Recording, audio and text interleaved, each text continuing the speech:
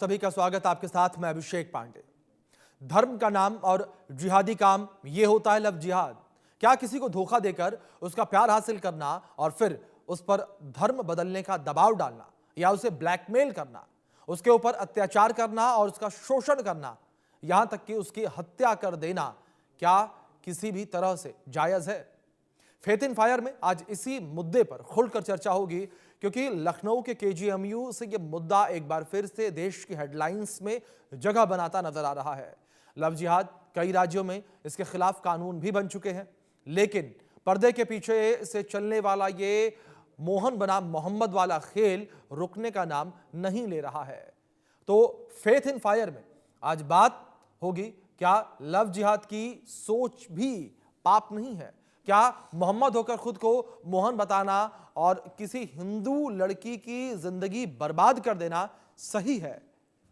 तो चलिए आज इस मुद्दे पर खुलकर बात कर लेते हैं, और इस मुद्दे पर खुलकर हमारे साथ बात करने के लिए कुछ खास मेहमान भी जुड़ेंगे।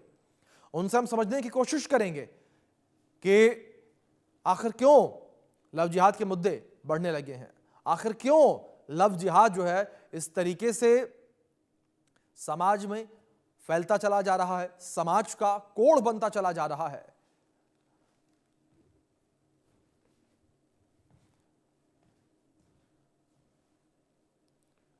तो लगातार अगर बात यहां पर लव जिहाद के मामलों को लेकर करें तो पहले हम आपको ग्राफिक्स के जरिए यहां समझाते हैं कि किस तरीके से यहां पर हिजाब का इतिहास क्या कुछ कहता है, हिजाब का इतिहास क्या रहा है। अगर हिजाब के इतिहास को लेकर बात करें तो हिजाब का इतिहास रहा मेसोपोटामिया, फारस सभ्यताओं में महिलाएं सिर ढकती थी और सामाजिक दर्जे और शील का प्रतीक था। इस्लाम में हिजाब का महत्व पैगंबर मोहम्मद के समय 7वीं ईस्वी से जुड़ा है, और कुरान की आयतों के अनुसार यह प्रथा पैगंबर की पत्नियों से शुरू हुई थी। मोमिनों की मां से शुरू हुई परंपरा बाद में मुस्लिम महिलाओं के लिए अपनाई गई। हिजाब को लेकर कुछ इतिहासकारों का मानना है कि वो यहां पर साथ ही साथ महिलाओं के लिए अपनाई गई, मुस्लिम महिलाओं के लिए जो है अपनाई गई। तो कई सारी बातें जो है यहां पर हिजाब को लेकर कही गई हैं, और मोमिनों की मां से शुरू हुई परंपरा बाद में मुस्लिम महिलाओं के लिए अपनाई गई। कुछ इतिहासकारों का यहां पर यह भी मानना है कि अरब प्रायद्वीप में सीरिया और फारस के संपर्क में जो है प्रथा थी आई, जिससे इस्लाम ने धार्मिक रूप दे दिया। 1970 के दशक में वैश्विक स्तर पर हिजाब का प्रचलन बढ़ा, खासकर धार्मिक पुनरुत्थान के साथ ही ये प्रथा बढ़ी थी। आप समझिए किस तरीके से ये पूरा इतिहास रहा है। साथ ही साथ हिजाब को लेकर कई अगर मौकों को लेकर बात करें, कई मौकों पर चर्चा जो है वो काफ़ी ज़्यादा देखने को मिली है। इस पर कई बार विवाद की स्थिति जो है वो भी बनती हुई नजर आई है। तो वहीं इस्लाम में हिजाब को महिलाओं की शील, सम्मान और भक्ति का प्रतीक माना जाता है। लगातार ये जानकारी यहाँ तक हम पहुँचा भी रहे हैं। ये कुरान और हदीस में वर्णित है, जहाँ विपरीत लिंग के बीच संवाद में शालीनता पर जोर दिया गया है। तो आप समझिए किस तरीके से यहाँ पर हिजाब का जिक्र जो है वो किया गया है, और धर्म के आधार पर इसे जोड़कर अब देखा जाता है। और कई मौक़ों पर हिजाब को लेकर विवाद जो है वो भी होता हुआ नजर आता है, क्योंकि पहचान को लेकर कई बार इसको लेकर चर्चा जो है वो होती हुई नजर आती है। अब कुछ और जानकारी आपको लेकर अपडेट दे दें कि कहाँ इतिहास क्या है इस्लाम के हिजाब को लेकर बात करें तो सूरह अन-नूर में महिलाओं को अपनी छाती ढकने और सिर पर दुपट्टा डालने का निर्देश दिया गया है। धार्मिक महत्व है ये, धर्म में इस तरीके से आदेश दिए गए ताकि वे पहचानी जाएं और परेशान न हो। समझिए आप। फिर सूरह अल अहज़ाब में पैगंबर की पत्नियों और मोमिन महिलाओं को जलबाब यानी कि बाहरी वस्त्र, ढीला वस्त्र पहनने की सलाह दी गई, जो सम्मान और सुरक्षा का प्रतीक माना गया। तो कुछ इस तरीके से ये इतिहास है यहाँ पर हिजाब को लेकर। अब हिजाब कहाँ कहाँ बैन है, कौन से उद्देश्य हैं, वो भी जानकारी आप तक हम पहुँचाते हैं।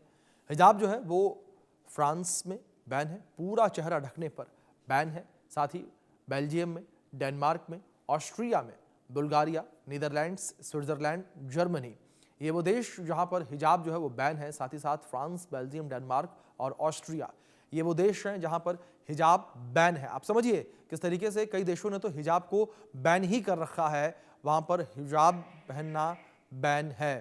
तो ये पूरी आप थ्योरी समझने की कोशिश करिए किस तरीके से यहाँ पर ये हिजाब को लेकर जानकारी है। और इस बीच हमारे साथ दो खास मेहमान भी इस विषय पर चर्चा करने के लिए जुड़े हुए हैं, क्योंकि हिजाब का जो विषय है वो इस वक्त काफ़ी ज़्यादा चर्चा का विषय बना हुआ नजर आ रहा है। क्योंकि जिस तरीके से बिहार के मुख्यमंत्री नीतीश कुमार ने एक महिला डॉक्टर का हिजाब खींचा था, उसके बाद से इस विषय पर चर्चा तेज हो गई है।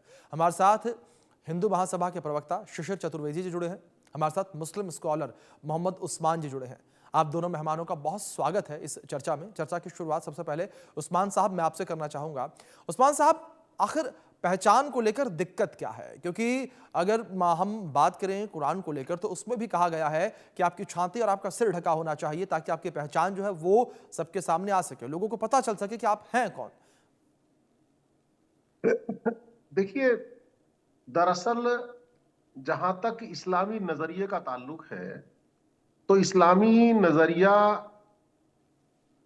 जिस पर्दे का हुक्म देता है जी उस पर्दे के तहत वो औरत की आजादी खत्म नहीं करता है, जी बल्कि वो उसे पर्दे में रखकर हवस परस्तों की नजरों से उसको महफूज करने की बात कहता है। और जहां पर एक तरफ ये हुक्म दिया गया है कि नबी फरमा दो, कुरान में जहां इसका जिक्र किया गया है कि अपनी बीवियों से, अपनी बेटियों से और मुसलमानों की औरतों से ये फरमा दो कि वो अपनी चादरों का एक हिस्सा अपने चेहरों पर डाले रहें। इससे उनके लिए बेहतर यह है कि उनकी पहचान न हो और वो सताई न जाए, और अल्लाह बख्शने वाला मेहरबान है। जी और दूसरी जगह भी इसी तरह से हुक्म दिया गया है, और साथ ही ये औरतों को हुक्म नहीं है बल्कि मर्दों को भी ये हुक्म दिया गया है जी कि वो अपनी नजरें नीची रखें। जी अब इस सब चीज के पीछे हमारी भारतीय संस्कृति को भी अगर हम इस इस्लाम के साथ जोड़ने की अगर हम बात करें तो हमारी इस भारतीय संस्कृति में भी कहीं ना कहीं जो घूंघट है, चुनरी है, साड़ी है, ये तमाम चीजें कहीं ना कहीं उसी पर्दे की तरफ जाती हैं। और जब हम धार्मिक ग्रंथों की तरफ भी अगर हम बात करें, खासकर इन्हीं ग्रंथों की अगर हम मनु स्मृति की भी अगर मैं बात करूं तो मनु स्मृति में भी शरीर को ढकने को और चेहरों को ढकने की बात की गई है। उसका अध्याय 4 78 नंबर पर है, और वैसे ही महाभारत में भी है, अनुशासन पर्व में है, और श्रीमद् भागवत पुराण में भी है कि महिलाएं अपने शरीर को ढकें और चेहरे को भी उन्हें ढकना चाहिए, यही उनके लिए अच्छा है। गृह सूत्र में भी इसका जिक्र किया गया है। तो मैं मानता हूं कि यह कहीं ना कहीं भारतीय संस्कृति भी है। और जो राजा महाराजा थे, उनकी जो बीवियां निकलती थीं, उनकी जो रानियां जाती थीं, तो उनके लिए जी तो पर्दों के खास इंतजाम किए जाते थे। लेकिन यहीं पर जब हम औरतों की रक्षा की बात करें और उन्हें और समाज को व्यभिचार से बचाने की बात करें तो कहीं ना कहीं इस सब चीज का रोल होता है। अब रही बात आधुनिकता की, तो आधुनिकता हो या हमारी पुरानी परिपाटियां हो, हम अगर एक ही चीज से पूरी तरह अगर बंधे रहेंगे और उसे ये कर कर कि ये पूरी सख्ती के साथ यही अपनाना है, कहीं इसका खिलाफ वर्जी नहीं करनी है, तो कहीं ना कहीं ये नुकसान की तरफ जाती है। तो अगर हम पाश्चात्य संस्कृति को अपनाने की बात करेंगे तो वो अगर भारतीयता को नष्ट करने के हिसाब से अगर अपनाई जाए तो वो फिर बिल्कुल नंगेपन की तरफ जाती है और वो कहीं व्यभिचार को बढ़ावा देने की बात करती है। जी हाँ, सुरक्षा की दृष्टि से, पहचान की दृष्टि से जहां इसकी अनिवार्यता हो, जी मेरा इस्लाम उसके लिए कहीं कोई मनाही नहीं करता है। क्या जी कहीं अगर ऐसी अनिवार्यता अगर है, कहीं पहचान उजागर करनी जहां पड़ती हो, जी तो वहां इस सब बिल्कुल। के लिए अगर उस्मान जी, विशेष देखिए प्रबंध देखिए होते हो ये तो उसमें डिबेट का कहीं मुद्दा इसकी आखिर कोई यही है। दिक्कत नहीं है। उस्मान जी माफ कीजिएगा, मैं आपको रोक भी रहा हूं बीच में। डिबेट का मुद्दा जी आखिर यही है, जिस तरीके से आपने अभी अंत में जो ये 3 लाइनें कही हैं वो बड़ी महत्वपूर्ण कही हैं कि इस्लाम इस चीज से कभी नहीं रोकता जहां जरूरत पड़ने पर हमें चेहरा दिखाना हो या जो अपनी पहचान है वो उजागर करनी हो। इसी चीज को लेकर इतना विरोध देखने को मिलता है, जहां जरूरी होता है वहां पर भी चेहरा नहीं दिखाया जाता।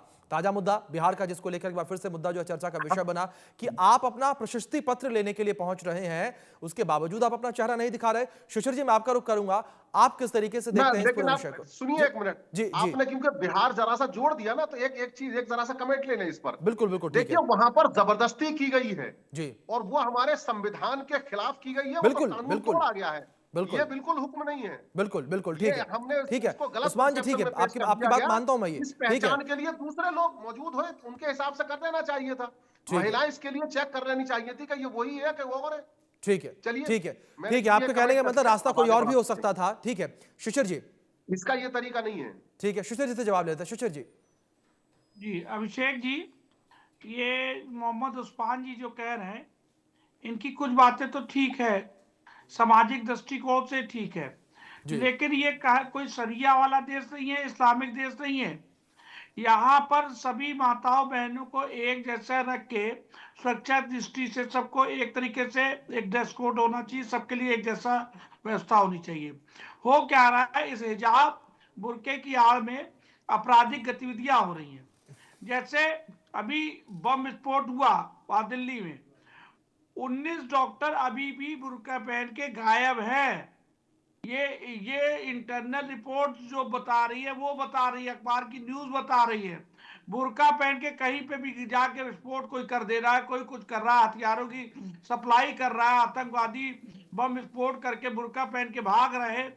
ये लगातार घटना पे घटनाएं खुलती जा रही है। हिंदू बेटियों को बुर्का पहना करके मुस्लिम लड़के लव जिहाद कर रहे हैं, लगातार पकड़े जा रहे हैं ऐसे लोग। तो ऐसे में क्या है, आज बताइए, अगर आप परसेंटेज बात करें तो सामूहिक बलात्कार की घटनाओं की अगर चर्चा करेंगे तो 80 से 90% मामलों में हिंदू लड़कियां होती है, मुस्लिम लड़के होते हैं। अपनी निगाह आप ठीक नहीं रख रहे हो, जो कहा निगाह झुका के रखो। अगर निगाह झुका के रखते तो दूसरों के धर्म की बहन बेटियों की इज्जत करते ना।